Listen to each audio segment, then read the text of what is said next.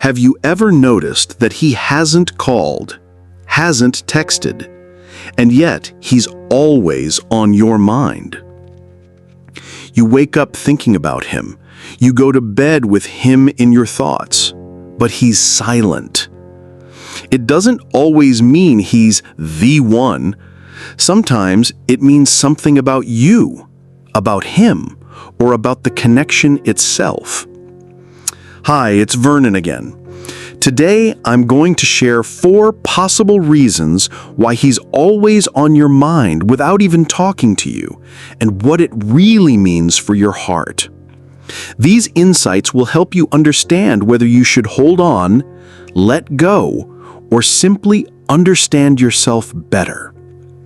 Before we dive deep into this emotional journey together, hit that like button and subscribe to our channel. When you do, you're joining a community of wise women who are committed to receiving authentic advice about love, relationships, and marriage after 60. Your support helps us continue bringing you the clarity you deserve. The first reason is one most women don't even realize, but it's the very thing that keeps him circling in your thoughts, even when he's silent. Number 1. It's your imagination filling the silence.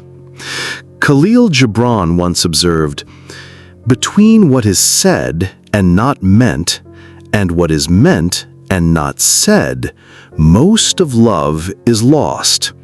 And sometimes, in that silence, your mind starts creating stories he never wrote. When he doesn't reach out, your brain naturally tries to fill that silence with meaning. This isn't weakness, it's human psychology. Our minds are designed to create patterns, to make sense of things, especially when we care about someone. So when there's no communication, your imagination steps in like an overeager friend, whispering stories about why he's quiet, what he might be thinking, or what he's planning to say. The truth is, silence is just silence until we give it meaning. But our minds don't like empty spaces, especially when our hearts are involved. We start creating scenarios. Maybe he's busy with work. Maybe he's thinking about me too, but doesn't know what to say. Maybe he's planning something special. Before we know it, we've written an entire romance novel in our heads, starring a man who might simply be living his life without us in it. This is particularly common for women who've experienced deep connections before. You know what it feels like when someone truly cares, so your mind tries to recreate that feeling even when the evidence isn't there. Your thoughts become a movie theater, and he's the leading man in a film he didn't audition for. Thinking about someone constantly doesn't mean they're thinking about you. It doesn't mean you're meant to be together. Sometimes it just means your heart is processing an experience, and your mind is trying to make sense of something that might not have a neat, tidy explanation. The dangerous part isn't the thinking itself. It's when we mistake our imagination for reality, when we start believing the stories we've created more than the silence that's actually happening.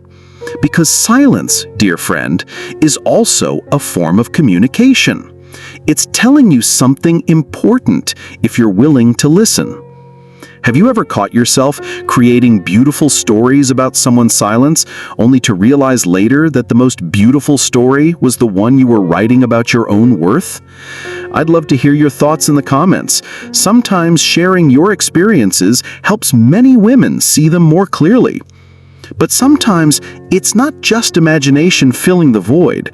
Sometimes there's something deeper happening, something that has roots in real emotions and unfinished business. Number 2.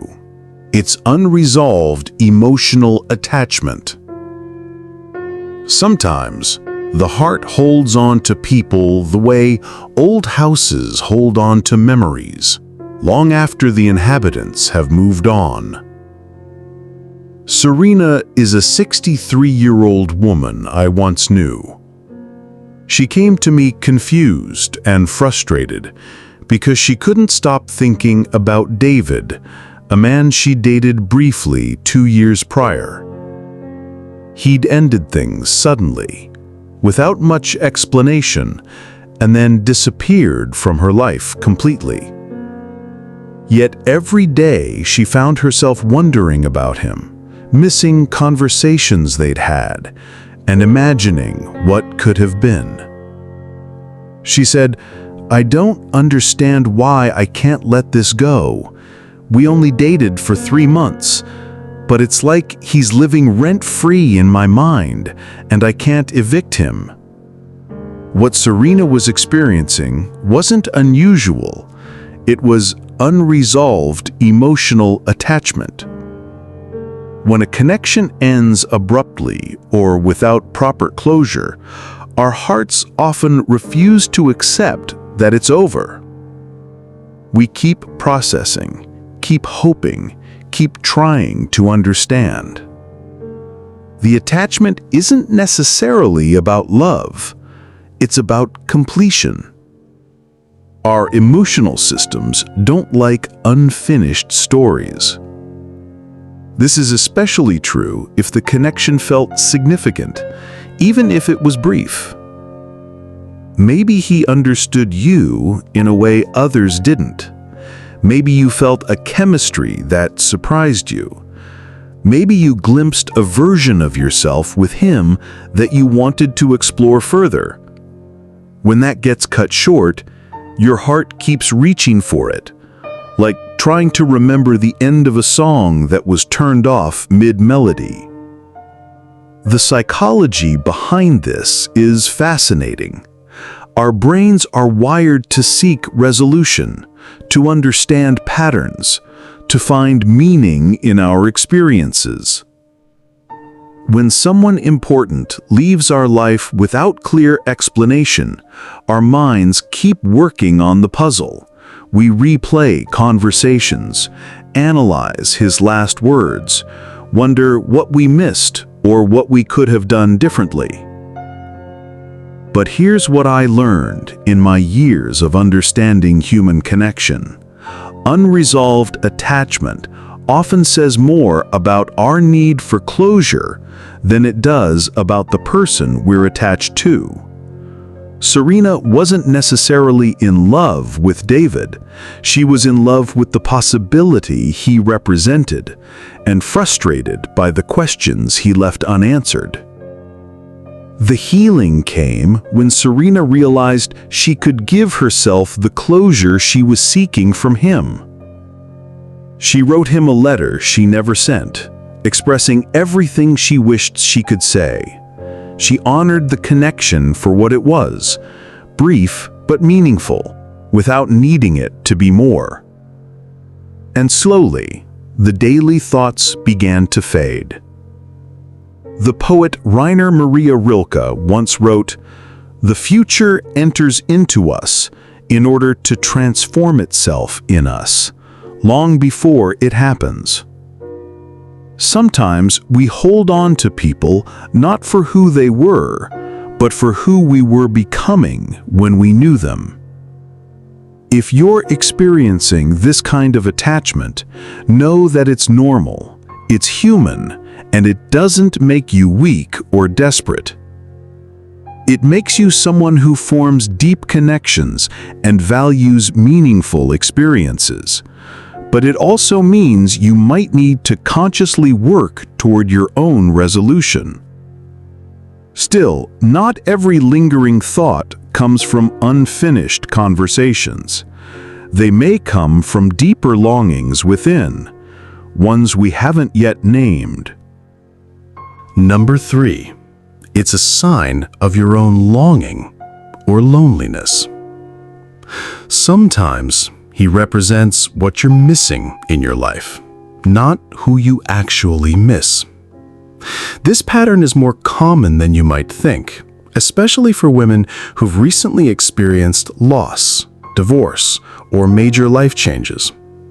When we're emotionally hungry, even a small taste of attention or connection can seem like a feast. We might find ourselves obsessing over a man who was simply polite, or building entire fantasy relationships around someone who showed us basic human kindness.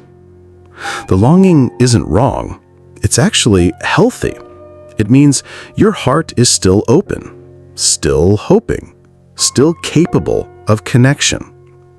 But when we project that longing onto someone specific without really knowing them, we risk chasing shadows instead of substance.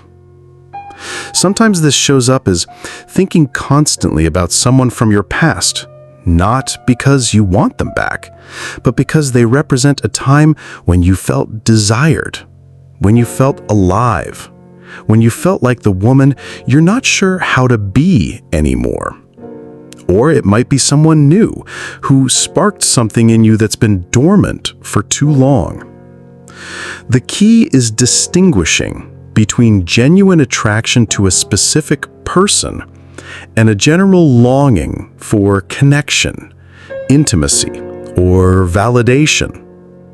Are you thinking about him because of who he truly is, or because of what he represents? Are you missing his actual company, or are you missing having someone to miss? As the wise author Elizabeth Gilbert once said, you have to participate relentlessly in the manifestation of your own blessings. Sometimes the blessing isn't getting the man you're thinking about. It's understanding what those thoughts are telling you about what you need in your life. Violet was 64, 2 years into her divorce after a 38-year marriage.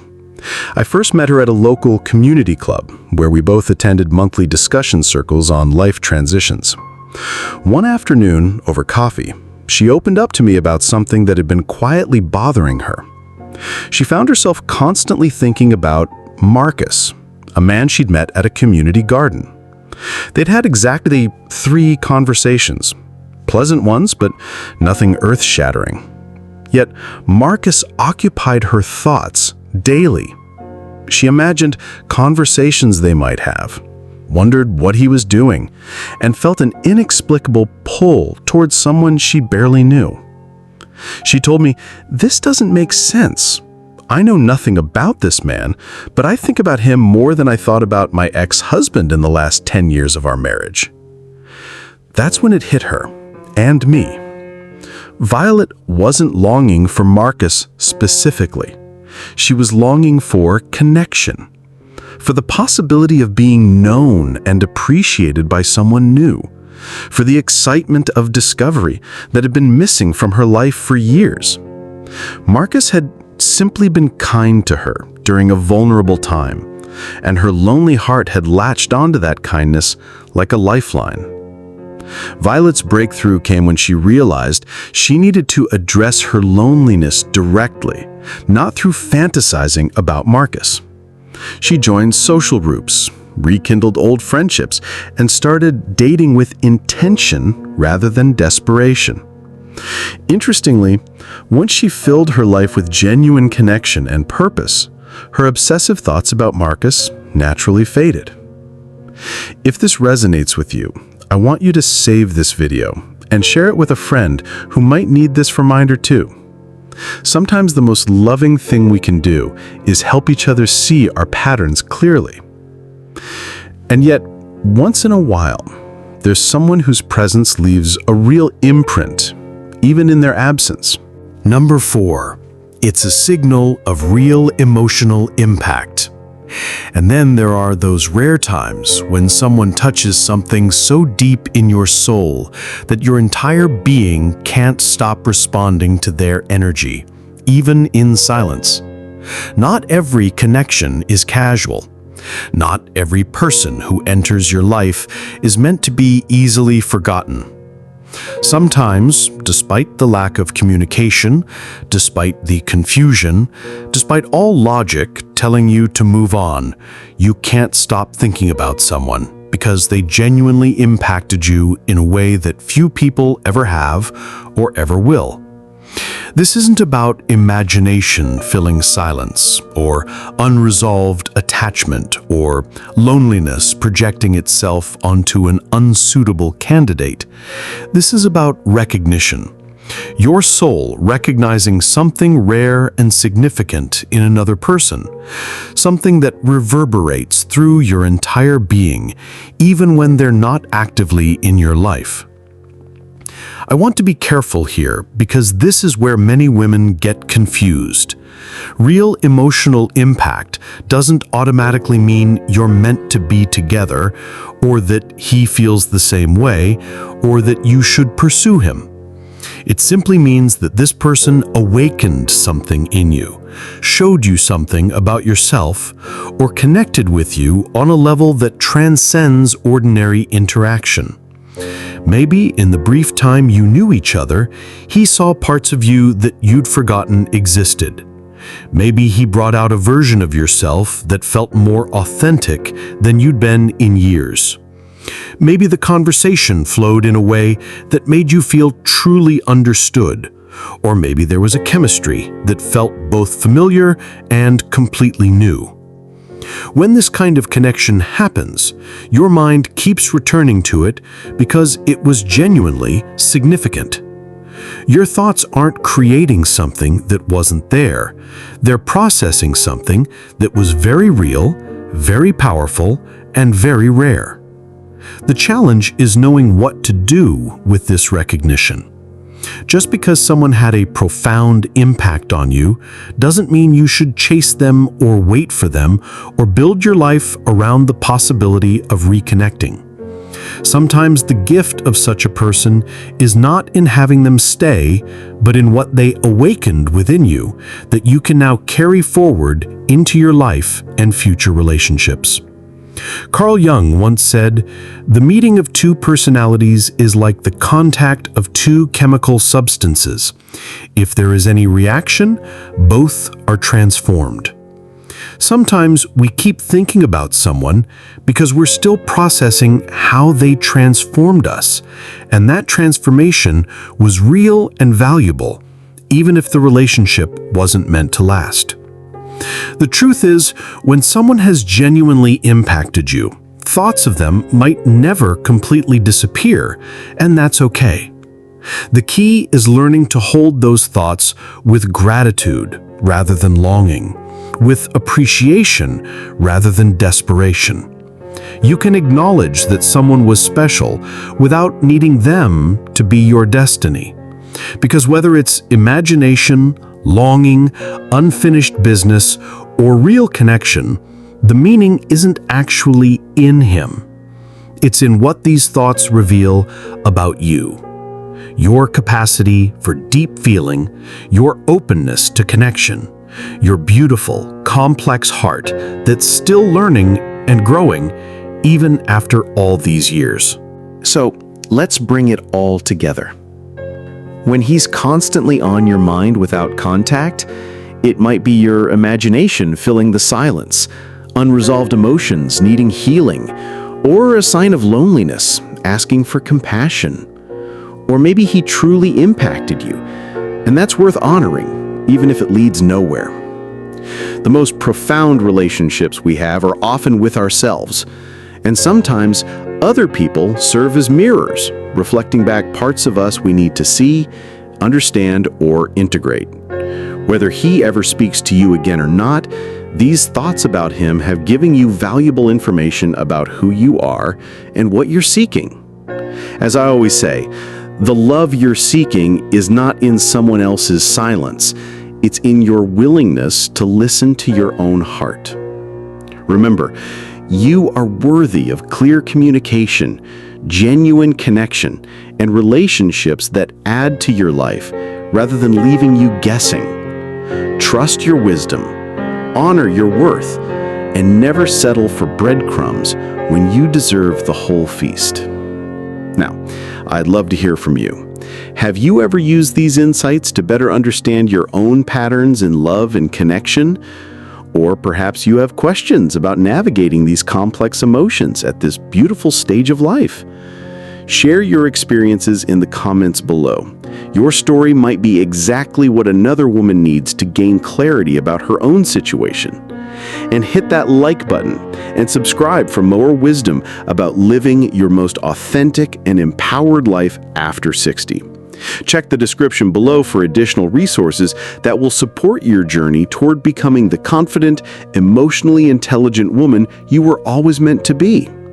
And I'm Vernon. Thanks for watching my video.